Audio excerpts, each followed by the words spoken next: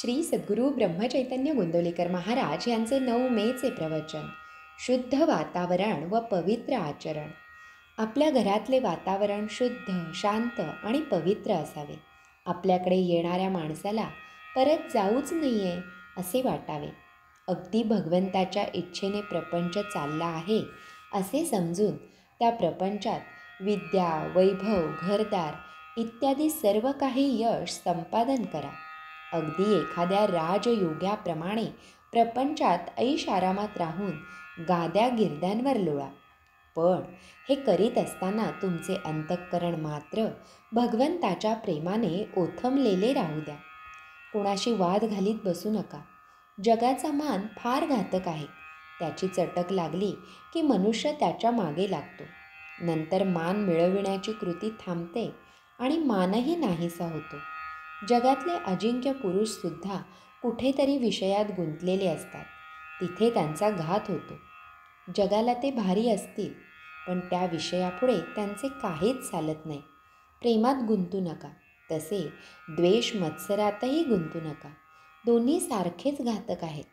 आपला प्रिय नातेवाईक मेला आणि आपण ज्याच्यावर दावा लावला आहे तो भाऊबंद मेला. दोघेही मेल्याचे सूतक सारखेच. त्याचप्रमाणे मनुष्य प्रेमाने गुंतला काय आणि द्वेषाने गुंतला काय, नुकसान सारखेच होते. भगवंताचा विसर हा कोणत्याही कारणाने झाला तरी बरा नाही. मग प्रपंचात सुखसोयी असल्याने ते हो किंवा प्रपंचात दुःख झाल्यामुळे हो. ढोंग, बुवाबाजी इत्यादीच्या भानगडीत तुम्ही पडू नका. अगदी काहीही न केले तरी चालेल, पण ढोंग मुळीच करू नका. आणि सर्वांनी माझ्यावर कृपा करा. अगदी अनुभवाने मी सांगतो की बुवा होण्याच्या फंदात तुम्ही पडू नका. आपले कर्तव्य भगवंताच्या स्मरणात करून त्याचे अनुसंधान अखंड टिकू द्या. आमची अशी वृत्ती बनण्यासाठी संतांच्या संगतीची आपल्याला जरुरी आहे. आपण सर्वजण सत्संगतीमध्ये आहोत असे म्हणतो, मग आमची वृत्ती का न सुधारावी? तर संतांना ज्याची आवड आहे ते आम्ही धरले नाही, म्हणून आमची वृत्ती सुधारत नाही. श्रीकृष्णाने उद्धवाला ज्ञान देऊन त्याला गोपींकडे पाठविले.